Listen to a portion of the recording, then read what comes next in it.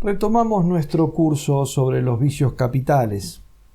En esta oportunidad vamos a tratar del vicio capital de la envidia.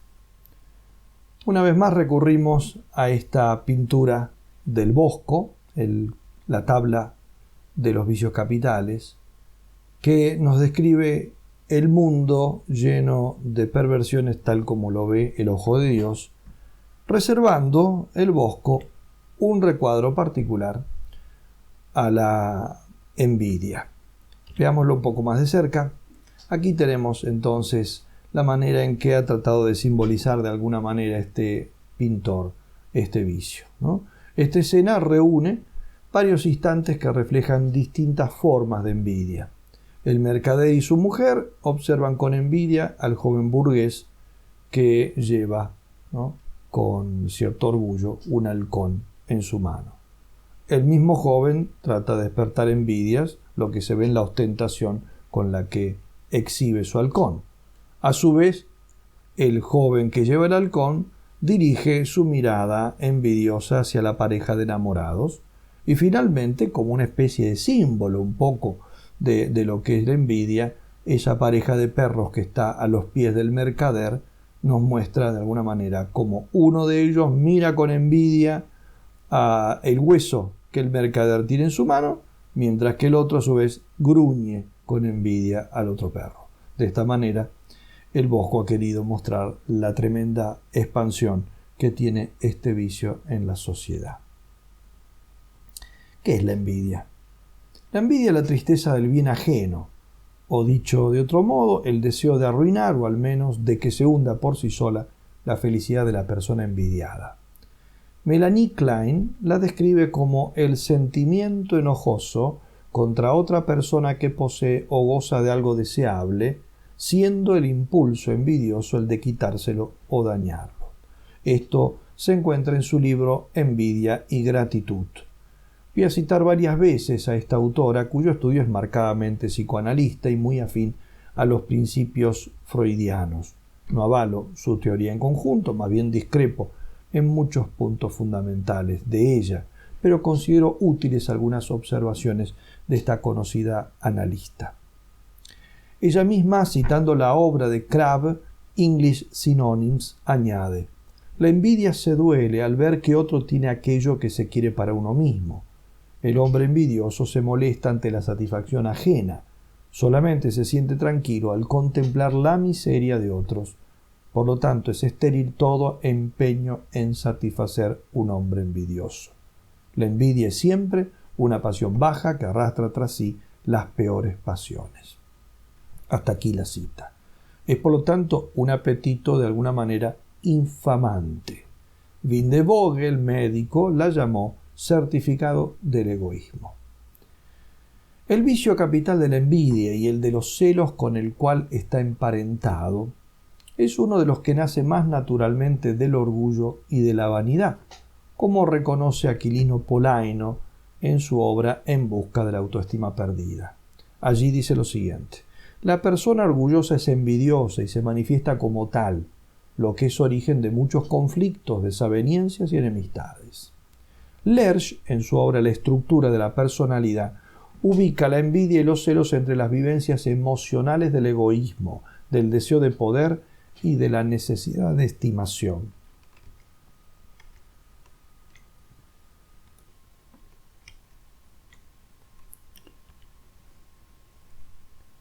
Tomás de Aquino, en la cuestión 10 de su cuestión disputada sobre el mal de malo, solo se pregunta 3 cosas sobre la envidia: si es pecado mortal y si es vicio capital. En ellas condensa los principios fundamentales. Puede resultarnos curioso que haya dedicado tan poco a un vicio que ha llamado tanto la atención de filósofos y literatos de todos los tiempos.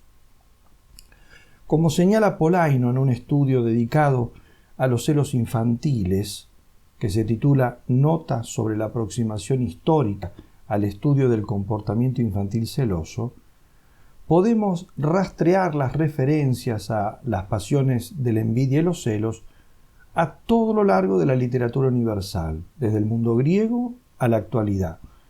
Son numerosas y muy valiosas las aportaciones, sigue diciendo Polaino, que desde la poesía, el teatro o la novela se han hecho sobre cuestiones antropológicas tan elementales y universales como esta. De ahí que añada que no es renunciable prescindir por completo de estas diversas y numerosas aportaciones. Por eso quiero recordar 2 o 3 cosas históricas. Así, por ejemplo, Esquilo, entre los trágicos griegos, la consideraba tan nociva que alababa a los que podían contemplar la dicha ajena sin experimentarla, pero él consideraba esto naturalmente posible a muy pocos sin un don de lo alto. Porque para los antiguos griegos ni los dioses se veían libres de envidia. Entre los moralistas latinos, Séneca afirmaba que el envidioso odia hasta el mismo nombre de virtud. Entre los románticos españoles, Benavente decía que es tan fea que solo anda cuando puede disfrazarse, en particular si puede hacerlo de justicia. Bossuet, el célebre predicador francés, no dudó en calificarla como la más vil, odiosa y vergonzosa de las pasiones, aunque frecuentísima. Y tan humillante es que notaba que si bien encontramos hombres y mujeres que hacen alarde de muchas pasiones, como quienes proclaman su sensualidad, su espíritu colérico e incluso su rapacidad, ninguno admite estar dominado por esta pasión cobarde y vergonzosa. Kierkegaard es, dice Polaino, uno de los autores imprescindibles en el estudio de la envidia. El filósofo danés la describía: esto es la envidia, está pronta a abandonar a un hombre, pero no abandonarle en el sentido de permitir que caiga, está pronta más bien a contribuir a su caída. Y cuando ya esta caída es segura, entonces la envidia se apresura a esconderse en su tétrico rincón e invita a su aún más odiosa prima hermana, la alegría del mal ajeno, a regocijarse con ella para su propio mal. Otro autor clave es Max Scheler, quien aborda la fenomenología del hombre envidioso en su libro sobre el resentimiento en la moral. Para Scheler, la envidia más impotente es a la vez la envidia más temible. La envidia que suscita el resentimiento más fuerte es, por tanto, aquella envidia que se dirige al ser y existir de una persona extraña, la envidia que él llama existencial. Esta envidia, dice Scheler, murmura, por decirlo así, continuamente: puedo perdonártelo todo, menos que seas, y que seas el ser que eres, menos que yo no sea todavía lo que tú eres, ¿no? Esta envidia ataca a la persona extraña en su pura existencia, que como tal es sentida por el envidioso como una opresión, un reproche, ¿no? La envidia es un hábito de tristeza que predispone a ver con mal ojo, viene precisamente de invidere, el bien del prójimo y afligirse por él mismo. No hablamos aquí de la envidia como mera tentación o inclinación natural, la cual, como movimiento espontáneo y pasional, es premoral. Yo cuando hablo de la envidia, estoy hablando de la envidia como envidia aceptada por nuestra libertad, ¿no? y que, a fuerza de repetirse esos consentimientos, ha terminado por generar un hábito o vicio. Lo primero que atrae nuestra atención en la definición propuesta, la envidia como tristeza del bien ajeno, es que exprese la naturaleza de la envidia apelando al concepto de tristeza. Porque, dice Santo Tomás, la tristeza es un mal personal. Lo leemos esto en la Suma Teológica, prima secunda, cuestión 36, artículo 1. Personal en el sentido de que perjudica a la persona que la padece. Por tanto, al decir que la envidia es una tristeza, consideramos que perjudica principalmente al envidioso y sólo derivadamente al envidiado. Tristeza. Tristeza viene del latín tristitia y este viene de tristis, una palabra de origen incierto, pero que algunos, por ejemplo Ernoult Millet, la relacionan con taeter, que significa repulsivo, ofensivo, y también con tétricus, tétrico. Encontramos esta raíz, de hecho, en vocablos de diversas lenguas, siempre con un sentido perjudicial. En latín, por ejemplo, terere, frotar, machacar, moler, de donde viene trigo, que es llamado así porque es un grano que se muele. En el sánscrito, trista, áspero. En el lituano, tristas, nublado. En el anglosajón, treostru, tinieblas. La tristeza es pues entonces un dolor afectivo, un desabrimiento y amargura interior, una pasión que encoge el alma por la unión con un mal, así como el dolor físico se produce por la unión corporal con un objeto lacerante, la tristeza se produce por la unión afectiva con un mal, lo que acaece mediante los sentidos imaginativos, la fantasía, la memoria, la cogitativa. Ese mal puede ser imaginado, recordado o percibido por los sentidos internos. En el caso de la envidia, el mal, que es su objeto, es del todo particular, porque se trata de un bien de otro, pero considerado mal para el envidioso. Así decimos nosotros, me produce tirria que a aquel le vaya bien. Por eso, si su vaca da más leche que la mía, no quiero tanto una vaca más productiva cuanto que se muera su vaca, ¿no? Se entiende que la envidia siempre por eso es una mala tristeza, ya que hay ciertas buenas tristezas, como por ejemplo la tristeza de no ser más bueno, de no ser santo, lo que en realidad se denomina emulación. La tristeza, la envidia, en cambio, es ruin, porque percibe como malo y dañino algo que es un bien, no un mal. Es un bien que el otro tenga éxito, talento, cualidades, virtudes, riqueza, ¿no?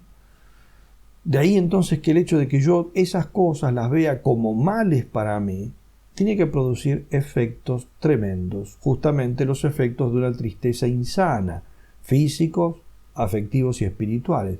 Produce de hecho amargura, inutilidad, aspereza y en casos agudos hasta delirio y locura. Como se alimenta fundamentalmente con la imaginación, carece de medida. Porque la imaginación no es naturalmente limitable, ya que uno puede imaginarse una hormiga de pocos milímetros o imaginarse una hormiga de cientos de metros. Y cuando lo que alimenta la imaginación es el temor, ésta se expande cuanto se expande el mismo temor. Así las personas aprensivas siempre exageran los peligros que temen. Y la envidia es una tristeza alimentada por el miedo, porque los bienes que envidia son vistos como una amenaza. Un talento que opaca a los propios, una fama que ensombrece la del envidioso, un éxito que ocupa el podio que uno espera para sí. De ahí que produce una suerte de exterminio afectivo del envidioso, el cual, como lo suele describir la imaginación popular, es literalmente roído por su pasión cuando ya se ha convertido en vicio. Los que se dejan dominar por la envidia son por lo menos masoquistas. Decíamos además que es una tristeza visual. Dante por eso describe a los envidiosos como grises y tristes ciegos en el Cántico 13 del Purgatorio. Es un poder dañino de la vista. Deteriora al vidente mientras éste trata de perjudicar al que se mira con envidia. Plutarco hizo célebre al escultor Eutélidas al decir que era tan envidioso que hasta sintió celos de sí mismo al verse en el espejo, terminando por ahojarse y enfermarse a sí mismo. Ahojarse, el mal de ojo. Al margen de la dudosa veracidad de lo que aquí cuenta Plutarco, lo que el escritor griego quería subrayar es el poder tóxico de esta mala mirada o mal de ojo que hiera al prójimo. La figura popular del jettatore, ¿no?, expresión incorporada en el lunfardo argentino, pero que proviene del italiano jettatore, o sea, una persona que se cree que arroja, jettare significa eso, que arroja influjos maléficos sobre los demás, en particular con su mirada, ¿no? Tiene precisamente aquí antiguas raíces, ¿no? Pero igualmente yo matizaría mucho esta equiparación, ¿no? entre envidia y mal de ojo, ¿no? Yetatura, porque ya quisieran los envidiosos tener justamente eso, el poder de ojear a sus rivales, de hacerles daño. Si la mirada del envidioso pudiera verdaderamente causar lo que desea, estaríamos todos apestados, ¿no? Porque la pasión, cuando ya se ha convertido en vicio, hace que el envidioso esté constantemente mirando con malos ojos. Si pudiera realmente causar daño, estaríamos todos heridos por los envidiosos, ¿no? No debemos confundir la envidia con dos cosas. Por un lado, la tristeza que causa el éxito del malvado o la indignación por el triunfo inmerecido. Esto, más bien Aristóteles y Santo Tomás lo consideraban un movimiento virtuoso y ellos lo llamaban némesis. Lo encontramos, por ejemplo, expresado en la Suma Teológica de Santo Tomás, secunda, cuestión 36, artículo 3. En respuesta a la tercera objeción dice así Santo Tomás: el nemesético, transliteración prácticamente del latín nemeseticus, el hombre que tiene la némesis, ¿no? El nemesético se entristece de quienes obran indignamente. En este caso, esta persona no se amarga por el bien del malo, sino más bien por el mal que éste puede causar con su poder y sus logros y por la injusticia con que alcanzó dicho bien. Por eso propiamente no tiene nada que ver con la envidia, ¿no? En segundo lugar, tampoco hablamos aquí de lo que suele llamarse, con una expresión ambigua, santa envidia, ¿no? Que en realidad a veces otros la llaman emulación, ¿no? Y que define la Real Academia Española como deseo intenso de imitar e incluso superar las acciones ajenas, ¿no? Una palabra, esta emulación, que tampoco supera el equívoco, pues suele usarse a veces también negativamente, o sea, a veces se usa en forma positiva y en forma negativa, ¿no? Tampoco despeja el equívoco otra palabra que suele usarse, celo, celus en latín. Así Santo Tomás y Aristóteles la usan para referirse a un celo bueno, ¿no? Pero muchas veces la palabra celo también indica algo malo. Como vemos entonces, estas expresiones que designan movimientos buenos o virtuosos, no tienen palabras que la distingan completamente de la envidia. Por eso es que suele ponérsele calificativos, ¿no? Como decía recién, santa envidia, ¿no? O buena emulación, o buen celo, ¿no? No hay entonces, digamos, palabras que sean estrictamente distinguibles totalmente de la envidia, ¿no? Por eso no tenemos otra posibilidad para expresarnos bien que hacer aclaraciones cada vez que las usamos, ¿no? Lo que no cabe duda es que la emulación ordenada, ¿no?, jamás quiere privar al prójimo de su bien, sino que se limita a desearlo también para uno. En cambio, la envidia propiamente dicha siempre desea la destrucción del bien ajeno. Como decía antes en ese ejemplo que puse, ¿no? Si envidio la vaca de mi vecino que da más leche que la mía, yo no quiero, el envidioso no quiere propiamente una vaca que dé más leche que la de su vecino, lo que quiere es que se le muera la vaca al vecino. En cambio, el que emula, ¿no?, si ve la vaca del vecino que da mucha leche, lo que hace es ver de qué manera ha trabajado él para poder aprender de él y ver si la mía puede dar también tanta leche o incluso superarlo, ¿no? Pero sin desearle ningún mal a él. Tampoco se confunde la envidia propiamente con los celos, aunque ambos vicios son muy próximos. La celotipia también es una mala forma de mirar, pero respecto de cosas o personas que de alguna manera nos pertenecen o creemos que nos pertenecen, como por ejemplo el marido que cela a su esposa o la esposa que cela al marido, pero que justamente por los sentimientos que tiene temen perderlas o que otros pongan en ellas sus ojos y deseos, ¿no? Por eso mira a su objeto en términos de posesión. Eso es lo propio del celo, lo cual no se da necesariamente en la envidia. La envidia como vicio es una aflicción entonces por el bien de otro. Por eso Santo Tomás la considera pecado opuesto a la caridad. Suma Teológica, secunda, cuestión 36, artículo 3. Porque tienen, dice él, el mismo objeto, el bien del prójimo, pero se mueven en sentido contrario, ya que la caridad goza con ese bien y la envidia, en cambio, se entristece. Lerch, en esa obra que ya cité, La estructura de la personalidad, la describe como el sentimiento que corroe a la vista de los valores de utilidad, de gracia, de posesión y de ganancia que otro posee, lo cual se registra como un fracaso del propio querer tener. Con esto, sigue diciendo Lerch, señalamos ya las cualidades tanto objetiva como endotímica de la envidia.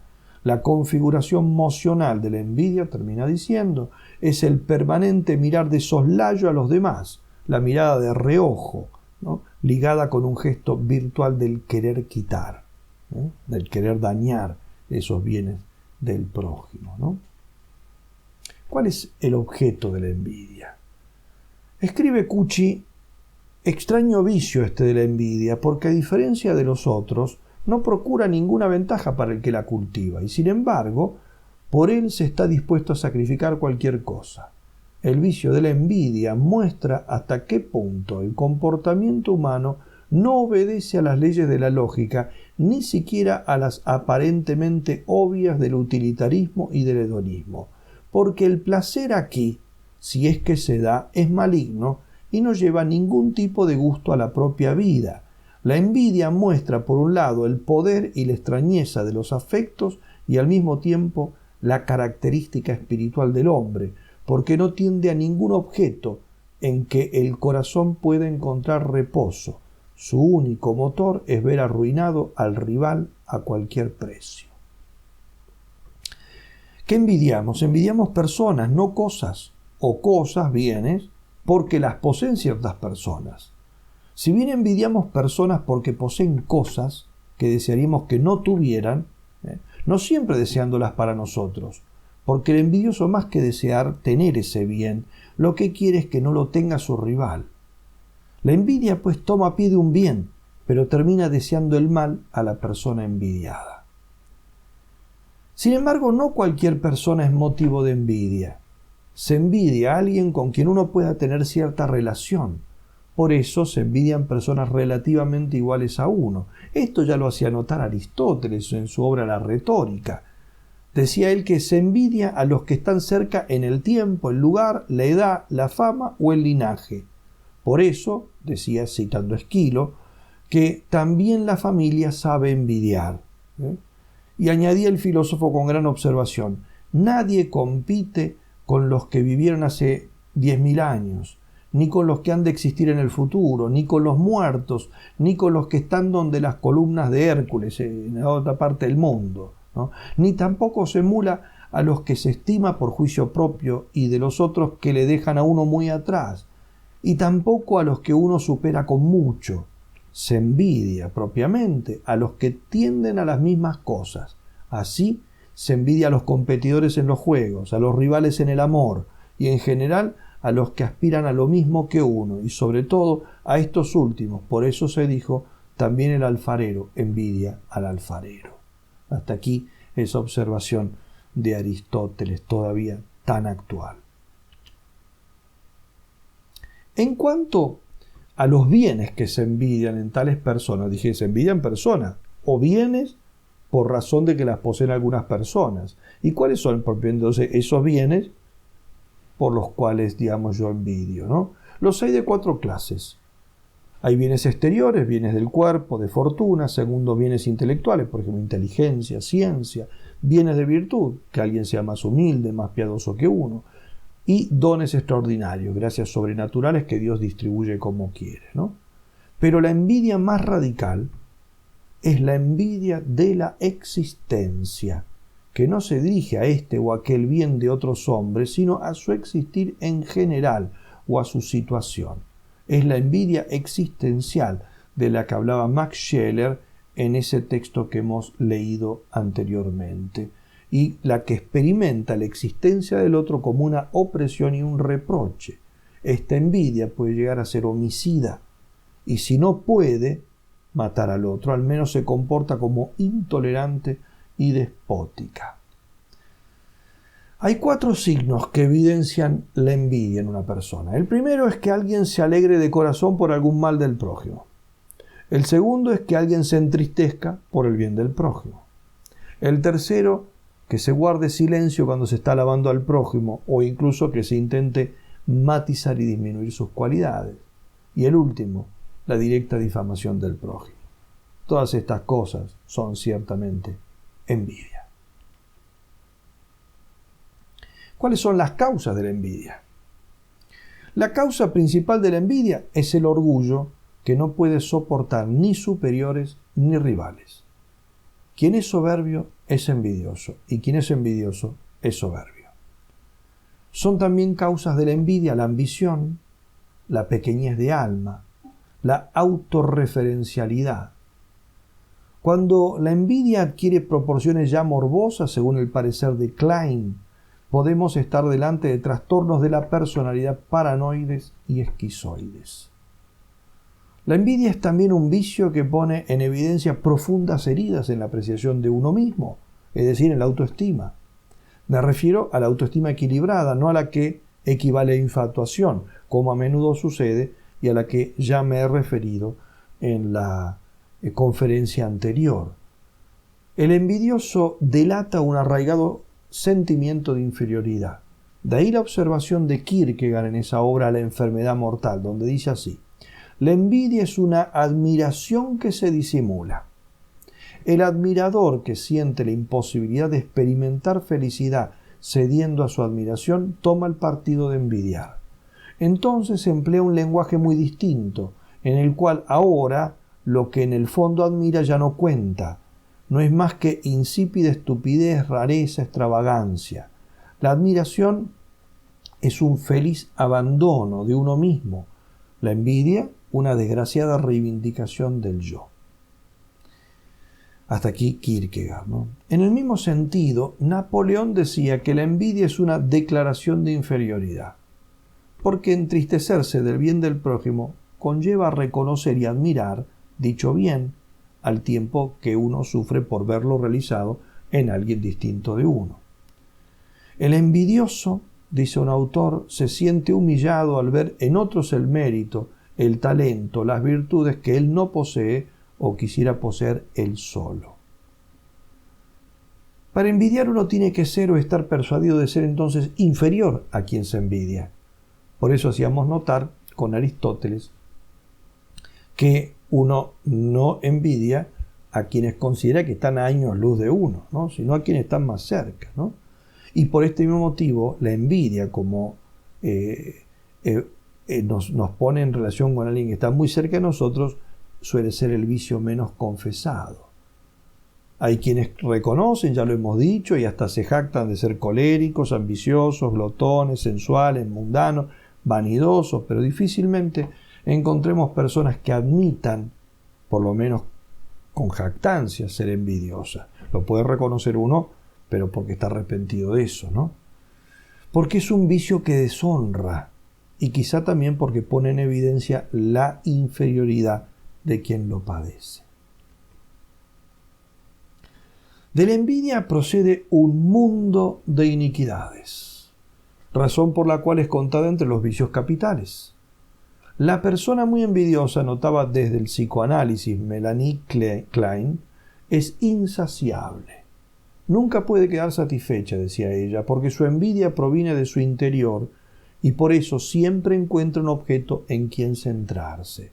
También esto indica la estrecha conexión entre los celos, la voracidad y la envidia, sigue diciendo esta autora. De ahí entonces que tenga derivaciones tanto en el orden psicológico como en el moral. Como toda tristeza prolongada, la envidia ejerce sobre el organismo una influencia funesta. Con una notable observación decía Quevedo que la envidia va tan flaca y amarilla porque muerde y no come. Y Fray Luis de Granada advertía algo semejante, decía: la envidia abrasa el corazón, en el sentido de que lo quema, seca las carnes, fatiga el entendimiento, roba la paz de la conciencia, hace triste los días de la vida y destierra el ánimo, todo contentamiento y alegría. Klein relacionaba la envidia excesiva con rasgos paranoides y esquizoides anormalmente fuertes, son palabras suyas. Y en otro pasaje añade: Existen razones psicológicas muy apropiadas que explican por qué la envidia se halla entre los 7 pecados capitales. Inconscientemente se la percibe como el mayor pecado de todos porque ataca y daña al objeto bueno que es fuente de vida. Este punto de vista, sigue diciendo Klein, coincide con el descrito por Chaucer en el relato del párroco, es uno de los cuentos de Canterbury, ¿no? Donde éste escribe: sin duda la envidia es el peor pecado que existe, pues todos los demás pecados se oponen a una sola virtud, mientras que la envidia impugna toda virtud y toda bondad. En su apéndice Los pecados capitales ante la medicina, López Peláez cita la obra de un médico que luego terminó siendo monje trapense, de Brain, en una obrita que se llama La teología moral en sus relaciones con la fisiología y la higiene, el cual, basándose en varios estudios médicos, consideraba la envidia un principio deleterio y causa de enfermedad tanto más activa cuanto que ejerce su acción en secreto y sin descanso. Y refiriéndose a estudios de otro médico, Charles Vidal, describe sus daños patológicos con estas palabras: la envidia influye en el sistema cardiovascular, perturbando la nutrición y produciendo lesiones viscerales macroscópicas que dejan ver en la autopsia del envidioso un corazón pequeño, vasos pequeñísimos, músculos descoloridos. La envidia hace que se aminore a sí mismo la intensidad de la irrigación sanguínea y de ahí surgen en el desorden de la nutrición general graves perturbaciones. La tonicidad del organismo disminuye, el cerebro se irrita y el tubo digestivo digiere con grandes dificultades. Todo esto es causa de delicuescencia orgánica, perjudicial a todos, pero muy especialmente a los ancianos y a los organismos pobres y empobrecidos. El vulgo lo ha observado, estos fenómenos, y los ha sintetizado en una frase que dice, al hablar de ciertas personas, que se las come la envidia. Bien, los médicos juzgarán el mayor o menor acierto de estos diagnósticos clínicos hechos a comienzos del siglo pasado. Lo indiscutible es que la envidia comienza su demolición por el mismo envidioso, que es capaz de ir contra su propio interés si no encuentra otro medio de perjudicar a quien envidia. Gregorio Magno nos dejó una lista de pecados que nacen de este vicio, ¿no? Por eso lo llamamos vicio capital. Santo Tomás de Aquino recogió su pensamiento expresándolo del modo siguiente: en el proceso de la envidia hay un principio, un medio y un fin. Se comienza por intentar disminuir la gloria ajena, ya sea ocultamente, lo que da lugar a la murmuración, ya sea a las claras, lo que se logra con la difamación. Cuando se logra menoscabar la gloria ajena, surge la alegría por la adversidad del prójimo. Si no se logra, se produce aflicción por la prosperidad ajena. Y todo esto se remata con el odio, porque del mismo modo en que el bien causa amor, la tristeza causa el odio. Ahí tenemos descritas entonces lo que serían las principales hijas de la envidia, los principales pecados que brotan de la envidia. Es realmente, como describía Edmund Spencer en un poema de 1590, ¿no?, un lobo voraz. Klein, que ya hemos citado varias veces, dice finamente que la envidia daña la capacidad de gozar. La envidia, afirma Lerch, da lugar al resentimiento. Más aún, es la condición previa para el resentimiento. Por eso ha jugado un papel tan importante y lamentable en los capítulos más sangrientos de la historia humana, como prueba el asesinato de Abel por manos de Caín, relatado en el libro del Génesis, capítulo 4, el odio criminal de Esaú contra Jacob, relatado también en el Génesis, capítulo 27, el intento de fratricidio de José por parte de sus hermanos, relatado en el Génesis, capítulo 37, el odio envidioso y homicida de Saúl contra David, que leemos en el primer libro de los Reyes, capítulo 18, y sobre todo la envidia del diablo contra los hombres. El libro de la sabiduría dice: por envidia del diablo entró la muerte en el mundo, y lo imitan quienes le pertenecen.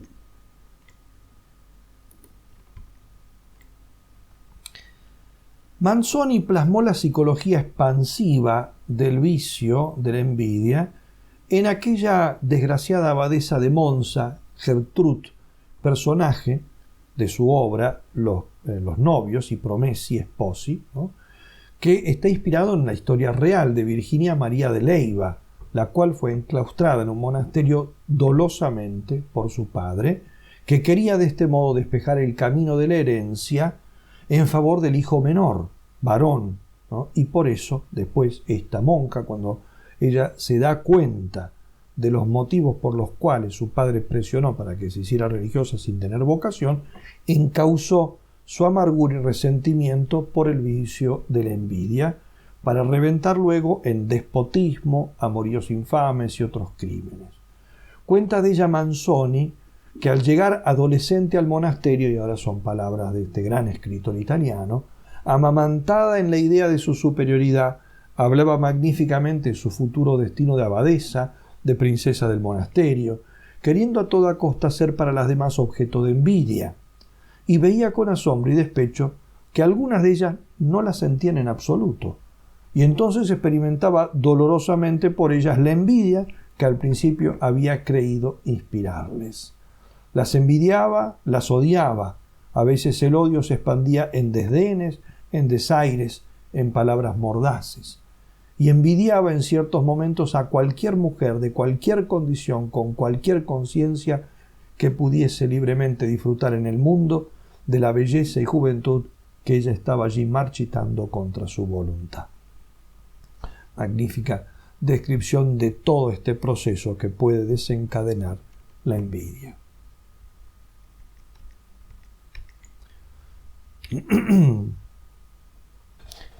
Helmut Schoeck analizó en los años 60, desde la perspectiva marxista, por supuesto, la repercusión social y política de este vicio en su libro La envidia, una teoría de la sociedad. La envidia corroe profundamente las relaciones sociales, es una levadura maliciosa que fermenta la masa social tanto en las grandes sociedades como en las pequeñas. Otro autor, Epstein, señala, sin embargo, que la sociedad moderna basa su dinámica precisamente en el fomento de la envidia. Dice Epstein, la entera industria publicitaria puede ser vista como una grande y compleja máquina de generar envidia. ¿Tiene remedio la envidia? Muchos autores de prestigio afirman que la envidia es incurable. Este es el parecer de santos, como por ejemplo San Cipriano, San Basilio, de profanos, por ejemplo Maquiavelo y Ariosto. Casiano mismo, el gran autor de Entre los padres del desierto sobre los vicios capitales, era escéptico. El gran predicador francés Bourdaloue concedía la posibilidad, pero mediante un milagro divino que añadía él, Dios raramente realiza. Ahora bien, si acudimos a los escritos de los padres de la Iglesia, vemos que sin cesar citan saludables consejos bíblicos en contra de este vicio, lo que no tendría sentido si desesperaran absolutamente de su sanación. Por lo tanto, entonces debemos considerar que sí, que tiene, aunque sea muy difícil, pero tiene algún remedio. Este mal hay que atacarlo de raíz, y para ello hay que oponer las virtudes contrarias a las causas que le dan origen o a la naturaleza íntima del vicio. Siendo pues la envidia una forma de tristeza, será necesario para curarla distraer al envidioso hacia una actividad honesta que lo saque del marasmo donde lo empuja su negra pasión. Por otra parte, al ser fruto del orgullo, es necesario cultivar una profunda humildad. De esto me he ocupado largamente en una obrita sobre la humildad y sus efectos terapéuticos. En cuanto a pecado opuesto a la caridad, solo puede sanar al envidioso la intensa vivencia de esa virtud. De esto trata, por ejemplo, Santo Tomás en la Summa Teológica, Secunda Secunde, las cuestiones 23 a 33. Habría que añadir el ejercicio positivo de esa forma particular de justicia que llamamos gratitud, de la cual Santo Tomás hace un hermoso estudio, también en la Summa Teológica, en la Secunda Secunde, cuestión 106. Porque, siendo la envidia una manera enfermiza de mirar el bien, es necesario cultivar un modo sano de valorar el bien, y singularmente los bienes recibidos tanto por uno como por los demás. Los grandes corazones no son envidiosos. En boca del verdadero sabio, la Sagrada Escritura pone estas palabras y con ellas concluyo. Aprendí la sabiduría sin engaño y la reparto sin envidia. Y cuando le avisaron a Moisés que había otros que estaban profetizando como él y le pedían que lo impidiera, Moisés, hombre humilde, respondió: ojalá que todo el pueblo profetizara. Solo aspirando a la grandeza de alma se puede evitar la envidia e incluso quizás se pueda curarla.